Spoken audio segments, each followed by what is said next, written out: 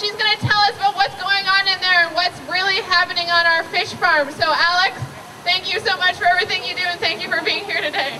It's so wonderful to see you, because it's not going to get solved inside there. 100 people paddled down the Fraser River in October in the rain and the wind, and then hundreds more in a downpour walked into the Cohen Inquiry on the first day, and that was our demand: release those databases. Yeah. And so today I can tell you that the virus that is suspected to be killing and weakening the majority of the Fraser sockeye, the symptoms of that virus are also in the salmon farms on the Fraser sockeye migration route. And I can also tell you that that's primarily in Chinook farms, which is surprising. You think the Atlantics were worse, but the Chinook are just as bad. And when they took those Chinook farms out in July of 2007, we got back the 2010ers.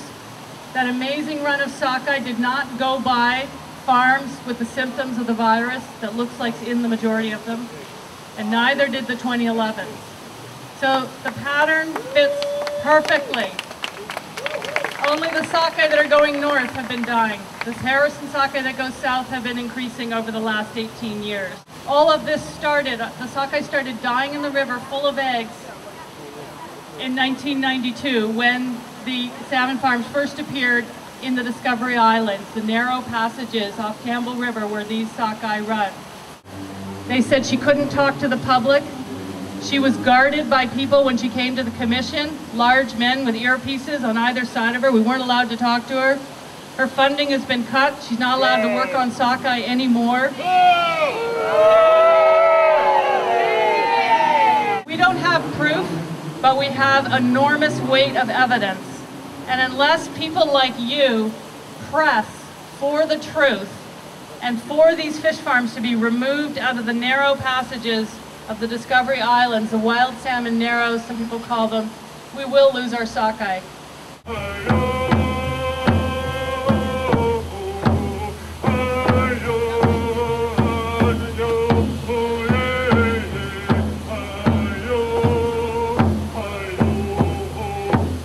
I am chief of the Honey Ravine, which is one of the 6 typhoid communities in central BC. And I'm also part of the Union of BC Indian Chiefs, Secretary Treasurer. So I thank you for also welcoming and inviting us here today. Tooth and nail, and yet when it comes to government and industry, destroying what sustains all of us. We put a greater value on healthy, abundant wild salmon stocks than we do on Norwegian companies' profit margins for their shareholders. When I think of the long history that our people have in the Broughton Archipelago, it is time immemorial. It is a territory and resources that the Creator has put forth for our people to enjoy, so that we can develop the world that we know in the way that we want it to be, not by some company's decisions to come in and pollute at their will. Industry will have one attachment to our territory, and that's based on profit. And the minute that it's unprofitable, they will be gone. And our people will still be there. Our people will still be relying on the resources that we know are there to sustain our people.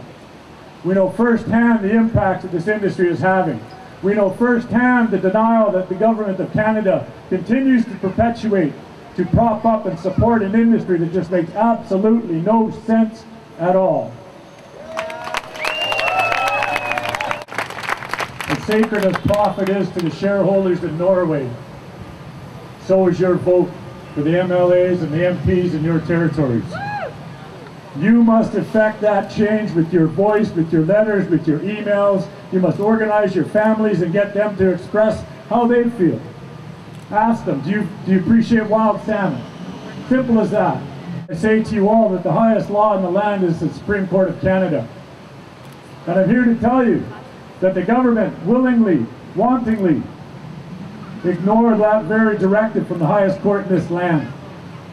Their court says that they have a duty to consult and accommodate First Nations when issuance of license within our territories. I tell you, that did not happen in the Broughton Archipelago when they rolled over 100 licenses for fish farms. It's just completely unacceptable that the government of Canada can deny and walk away from and lay waste to a ruling of the highest court in the land. To me, that's unacceptable, and to you as Canadians, you should have a great concern, because this strikes at the very thing that is called democracy. I want you all to notice and recognize that the Union of East Indian Chiefs executive is here, all three of us. We have countless resolutions from 100 First Nations in British Columbia that talk about moving open net cage fish farms out of the water, and let's move it towards closed containment. Quit buying the rhetoric from industry, because they have a well-practiced script. You look around at the way they've conducted themselves around the globe, the first thing they want to do is talk to you. And then they want to pretend that it's meaningful. And then they want to really understand what it is your point of view is. And then maybe they want to meet with you again to talk about science.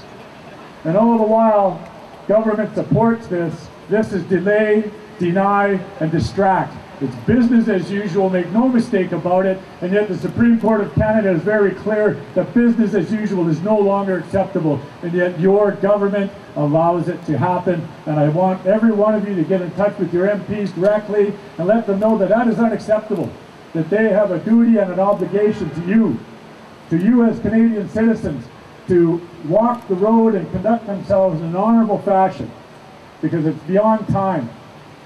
Usually that commissions are brought forward is that it is an acknowledgement that something is gravely wrong. The Musqueam people and those of the North Island that stand in opposition to the fish farms, that Alexander Morton is one of ours. I want to begin by acknowledging the ancestral lands of the Coast Salish people, namely Tsleil-Waututh, Squamish, and Musqueam. And I want to thank the organizers for the kind and generous invitation for us to be here today, to gather together once again. That there are many, many young people among us that are more than willing to pick up the challenge, to pick up the torch, and to carry this sacred work forward as it has in the past. This is about social justice, this is about environmental justice, this is about the ugly economics of the industrialized fish farm industry, one of the worst toxic industries that exists in the province of British Columbia. We need to know and understand this is a very grave and deadly fight that we're involved in, and we need every heart, we need every soul, we need every young person, every senior, every elder, every prayer, to ensure that we continue to win this war. The NDP Provincial Caucus is actually just meeting right over there. So about half their caucus came over to say hi today and to stand with us. So that was really good to see. Including Michelle Mendal, Spencer Tanner Herbert, Gary Coombs, Claire Trevena, and Doug Rootley. So really great to see some of our electeds actually standing with us today. This resource has been a major part of our nutrition, our culture, and our heritage. Therefore, it is imperative that we make a stand to save the salmon and think of our grandchildren, great-grandchildren, and for all future generations, to ensure that they have the precious resource that we have had the privilege of growing up with.